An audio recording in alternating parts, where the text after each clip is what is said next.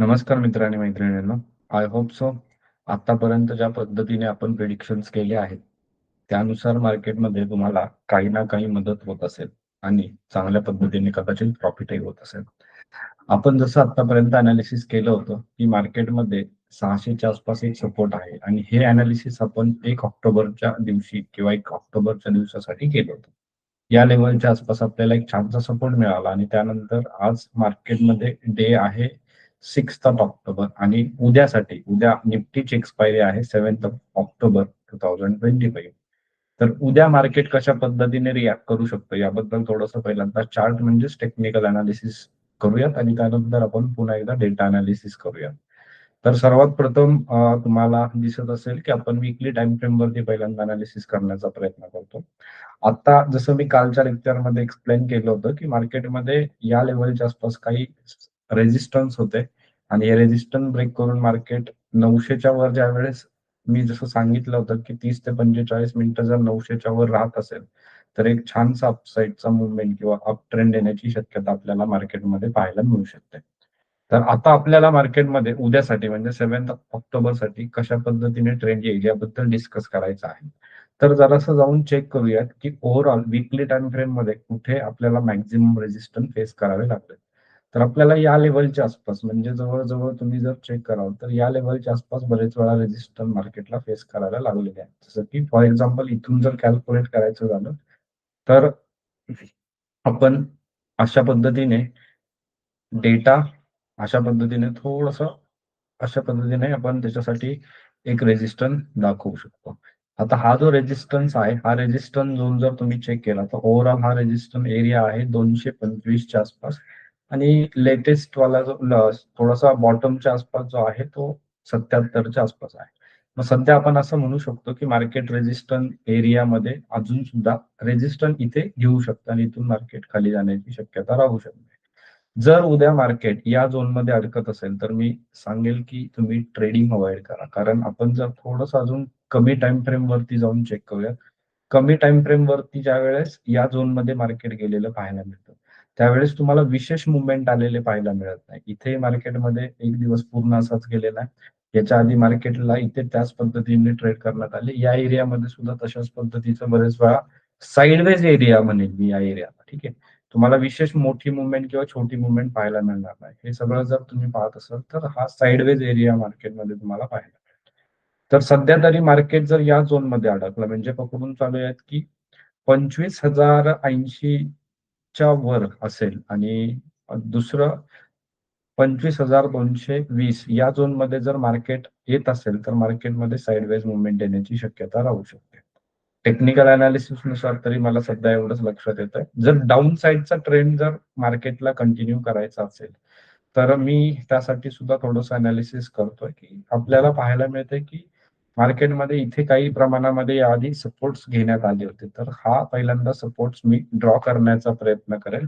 हा सपोर्ट सध्या तरी मार्केटमध्ये आपण असं कन्सिडर करूया, की या लेव्हलच्या आसपास म्हणजेच 25,015 च्या आसपास एक सपोर्ट पाहायला मिळतो किंवा आपण जर राउंड फिगर नंबर पकडलं तर 25,000 च्या आसपास एक छानसा सपोर्ट मिळू शकतो. तर थोडंसं वर घ्यायचं झालं तर जरा एकदा चेक करून घेऊयात. हां. तर 25,030 किंवा 25,000 च्या आसपास तुम्हाला एक छानसा सपोर्ट पाहायला मिळेल. जर मार्केटमध्ये अपसाइडचा ट्रेंड यायचा असेल, तर आपल्याला कोणत्या लेव्हलची वाट पाहायला हवी? तर मला तरी सध्या असं वाटतंय, की मार्केट या लेव्हलच्या वर गेल्यानंतर छानशी मूव्हमेंट येऊ शकते. या झोनमध्ये जर तुम्हाला जायचं असेल, तर मी थोडक्यात स्काल्पिंग म्हणेल. थोडंसं मार्केट साइडवेज राहू शकतं या झोनमध्ये. तर स्काल्पिंग करणं जास्त बेटर राहील. म्हणजेच कमीत कमी वेळेमध्ये आपल्याला एक इन आणि एक्झिट करणं आवश्यक आहे. हे आपण टेक्निकल अनालिसिसनुसार डेली टाईम फ्रेमवरती पाहिलं, वीकली टाईम फ्रेमवरती सुद्धा चेक केलं. आता आपल्याला चेक करायचं आहे अजून लोवर टाईम फ्रेममध्ये म्हणजे 30 मिनिटाच्या किंवा 15 मिनिटाच्या टाईम फ्रेममध्ये जर आपण अनालिसिस करायला गेलो, तर आपल्याला कशा पद्धतीने रेझिस्टन्स पाहायला मिळतात. तर इथे एक सर्वात इम्पोर्टंट रेझिस्टन्स आहे 25,140 च्या आसपास, एक 25,150 च्या आसपास एक रेझिस्टन्स पाहायला मिळतोय. तर यावरती आपल्याला फोकस ठेवणं आवश्यक आहे आणि जो डाउन साइडचा सपोर्टचा आहे, तर तो मार्केटसाठी 25,030 च्या आसपास किंवा 40 च्या आसपास जो मगाशी आपल्याला डेली टाइम फ्रेम वरती पाहायला मिळाला. हा एक आपल्याला सपोर्ट कन्सिडर करावा लागेल. म्हणजे हा एक इम्पॉर्टंट सपोर्ट कन्सिडर करावा लागेल आणि त्यासोबत अजून एक थोडंसं एक अशा पद्धतीने एक रेजिस्टर म्हणजे मार्केट जर या एरियाच्या वर जात असेल तर थोडंसं स्लाइटली पॉझिटिव्ह होऊ शकता. या एरियामध्ये जर राहत असेल तर मी म्हणेल की अव्हॉइड करा मार्केटमध्ये ट्रेडिंग. या एरियाच्या खाली येत असेल तर थोडंसं निगेटिव्ह राहू शकतं. तर त्या पद्धतीने मार्केटमध्ये उद्यासाठी म्हणजे 7th ऑफ ऑक्टोबरसाठी आपण ट्रेड करणं बेटर राहू शकतं. 25,000 ही एक इम्पॉर्टंट लेवल राहू शकते कारण एक सायकॉलॉजिकल लेवल सुद्धा आपण कन्सिडर करतो. आज जर तुम्ही मार्केट पाहिलं तर मार्केट आता तरी सध्या क्लोज झालेलं आहे 25,077 आसपास. आपण 25,050 आसपास किंवा 25,100 आसपास ॲट द मनी कन्सिडर करू शकतो. तर आपण सध्या तरी 25,100 या साइडला पण ॲट द मनी कन्सिडर करूयात. आता आपण जसं एनालिसिस करतो त्यानुसार मार्केटमध्ये जे कॉल सेल करतात त्या लोकांना आपण निगेटिव्ह लोक म्हणतो किंवा मार्केट त्यांचा व्ह्यू असतो की मार्केट डाउन साइडला जाईल आणि जे लोक पुट सेल करतात त्यांना आपण मार्केटसाठी पॉझिटिव्ह पीपल किंवा म्हणू शकतो त्यांचा व्ह्यू मार्केटमध्ये अपसाईडचा ट्रेंड येईल असा असतो. आता सध्याच्या डेटानुसार मार्केटमध्ये सर्वात जास्त पोझिशन्स कुठे ऍड झालेले आहेत आजच्या डेटामध्ये त्यानुसार मार्केटमध्ये उद्या ट्रेंड होण्याची शक्यता राहू शकते. जर आपण पहिल्यांदा कॉल साइड जर चेक केली तर कॉल साइडचा जर तुम्ही कॉन्फिडन्स बघितला तर इकडचे सगळे इन द मनी झाले आता हे कॉल जे की 25,000चा जो काही लोकांचा कॉन्फिडन्स होता की 25,000ची लेवल ब्रेक होऊ शकणार नाही म्हणून त्या लोकांनी बरेच कॉल सेल करून ठेवले होते. कदाचित त्यातल्या लोकांचा कॉन्फिडन्स काही कमी झालेला दिसतोय. त्यामुळे मार्केटमध्ये ही एक इम्पॉर्टंट लेवल राहणार आहे.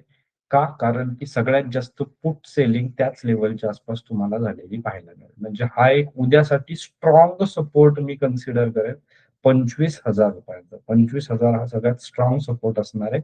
त्याच्यानंतर जर तुम्ही बघाल तर मार्केटमध्ये सर्वात जास्त कॉल साइडला कुठे पोझिशन्स ऍड झालेत तर सर्वात जास्त कॉल साइडला इथे इथे काही पोझिशन्स ऍड झालेल्या आहेत. सर्वात मोठी जी पोझिशन जी आता रिसेंटली ऍड झाली आहे ती झाली आपल्याला 25,200च्या आसपास. म्हणजे 25,200 हा थोडासा स्ट्रॉंग रेजिस्टन्स मार्केटसाठी राहू शकतो. ब्रेक होणार नाही असं नाही म्हणणार आहे मी. ब्रेक होऊ शकतो, पण जर मार्केटमध्ये जो साइडवेज मार्केटचा जो उद्यासाठी कदाचित राहू शकतो. साइडवेज जी मुव्हमेंट असेल मार्केटमध्ये ती ब्रेक करून जर ॲटलीस्ट सेकंड हाल्फमध्ये ब्रेक झाला तर आपण कॉल साइडचा प्लॅन करू शकता.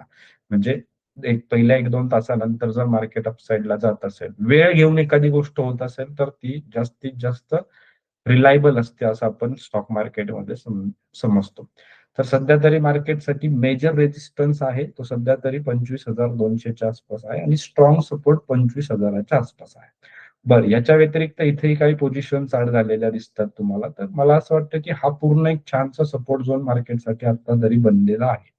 म्हणजे इथून जर तुम्ही कॅल्क्युलेट करायला गेलात तर अगदी 24,950 पर्यंत आपल्याला एक छानसं सपोर्ट पाहायला मिळतोय. हा ज्यावेळेस सपोर्ट ब्रेक होईल त्यावेळेस म्हणजे 24,950चा ज्यावेळेस ब्रेक होईल, तेव्हा कुठेतरी मोठा डाउन ट्रेंड मार्केटमध्ये पाहायला मिळेल. तोपर्यंत मार्केटमध्ये मोठा डाउन ट्रेंड पाहायला मिळणार नाही. म्हणजे हे एक इम्पॉर्टंट लेव्हल सपोर्टसाठी कन्सिडर करणं आवश्यक आहे आणि थोडेफार रेजिस्टन्स आपल्याला या एरियामध्ये पाहायला मिळतात, जे की 25,200 ते 250 या एरियामध्ये आणि थोडंफार 300ला सुद्धा आहे. नाही असं नाहीये. परंतु जर हे लेव्हल्स उद्या जर ब्रेक होत असतील किंवा येणाऱ्या कोणत्याही दिवसांमध्ये ब्रेक होत असतील, तर एक छानशी मूव्हमेंट एकतर 950च्या खाली डाउन साइड चांगला येईल आणि मार्केटमध्ये 300 अपसाइडला ब्रेक केलं तर एक अपसाइडचा मूव्हमेंट येण्याची शक्यता राहू शकते. तर अशा पद्धतीने टेक्निकल अनालिसिस आणि डेटा अनालिसिस यांचं कॉम्बिनेशन करून मार्केटमध्ये आपण ट्रेड करू शकता. परंतु या व्यतिरिक्त तुम्हाला लाईव्ह मार्केटमध्ये सुद्धा या सगळ्या गोष्टी ऑब्झर्व्ह करणं गरजेचं आहे, की कोणत्या लेव्हलच्या आसपास मार्केट आहे आणि त्यानुसार मार्केटमध्ये आत्ता कसा डेटा बिल्डअप होत आहे. या सर्व सर्व गोष्टींचा अनालिसिस करूनच आपल्याला ट्रेडिंग करणं आवश्यक आहे. आय होप सो माझ्या व्हिडिओमधून सर्वांना मदत होत असेल आणि सर्वांना आवडत असेल तर लाईक करा, शेअर करा आणि सबस्क्राईब करू शकता. Thank you.